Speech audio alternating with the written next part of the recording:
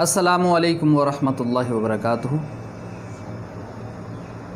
معزز ناظرین اکرام، آج آپ کے سامنے ایک بہت ہی دلچسپ پیغام رکھنے آیا ہوں۔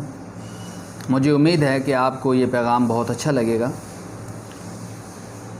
جیسا کہ ہمیں معلوم ہے کہ ہمارا اس بات پہ یقین ہے، ہمارا ایمان ہے اس بات پہ کہ آمنت باللہ و ملائکتہ و کتبہ و رسلہ والیوم الآخر والقدر خیرہ و شرہ من اللہ تعالی والبعث بعد الموت۔ یہ ہمارا اقرار نامہ ہے، یہ ہمارا دلی طور پہ ہم نے اقرار اس بات کا کیا ہے کہ ہم اللہ پہ یقین لائے، اللہ کے ملائکہ، اللہ کے فرشتوں پہ ایمان لائے، اللہ کی جو کتاب ہے اس پہ ایمان لائے، اللہ کے رسولوں پہ ایمان لائے، اور اس کے بعد یوم آخرت پہ ہم ایمان لائے، اور اس کے بعد ہم اس بات پہ ایمان لائے کہ ہماری اچھی بری جو تقدیر ہے وہ اللہ کی طرف سے ہے، اور اس بات پہ ایمان لائے کہ ہم نے اس دنیا سے جب جانا ہے تو اس کے بعد ہمیں اللہ ہی زندہ فرمائیں گے، ٹھیک ہے نا۔ تو اس بات پہ ہمارا یقین ہے، ایمان ہے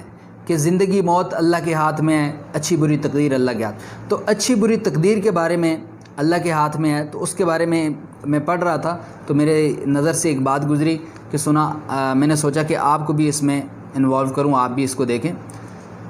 حضرت عائشہ رضی اللہ تعالیٰ عنہ فرماتی ہیں کہ نبی کریم صلی اللہ علیہ وسلم کو انصار کے ایک بچے کے جنازے میں بلایا گیا۔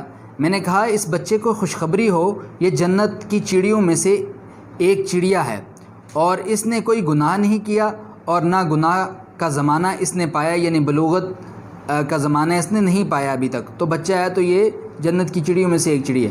حضور صلی اللہ علیہ وسلم نے فرمایا اے عائشہ، تم جو کچھ کہہ رہی ہو حق اس کے علاوہ ہے۔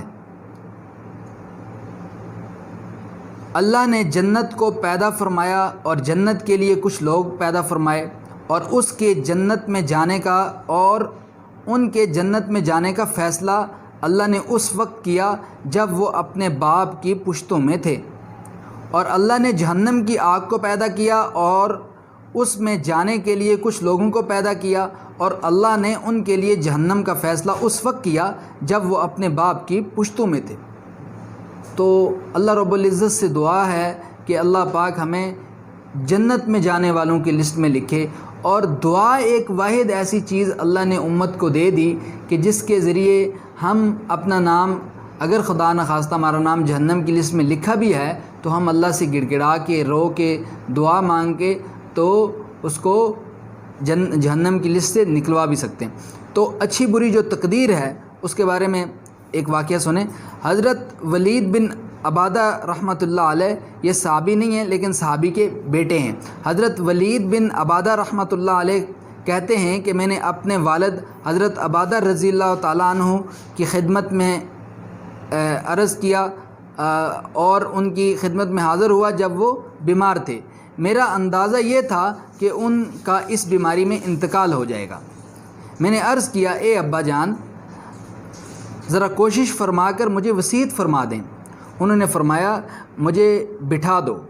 جب لوگوں نے انہیں بٹھا دیا تو انہوں نے فرمایا اے میرے بیٹے، تم ایمان کا ذائقہ اس وقت چکھ سکو گے اور اللہ کے علم کی حقیقت کے حق تک اس وقت پہنچ سکو گے جب تم اچھی اور بری تقدیر پر ایمان لے کر آؤ گے۔ میں نے عرض کیا اے ابا جان، مجھے یہ کیسے پتہ چلے گا کہ کون سی تقدیر اچھی ہے اور کون سی بری ہے؟ انہوں نے فرمایا تم یہ سمجھ لو کہ جو اچھائی یا برائی تمہیں نہیں پہنچی وہ تمہیں پہنچنے والی نہیں تھی، اور جو تمہیں پہنچی ہے وہ تمہیں چھوڑنے والی نہیں تھی۔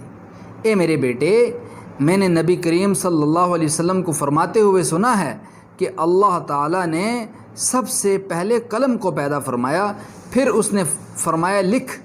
قلم کو اللہ پاک نے فرمایا لکھ، چنانچہ اس نے اسی وقت وہ سب کچھ لکھ دیا جو قیامت تک ہونے والا ہے۔ اے میرے بیٹے، اگر تم اس حال پر مرے کہ تمہارے دل میں یہ یقین نہ ہوا تو تم جہنم کی آگ میں داخل ہو جاؤ گے۔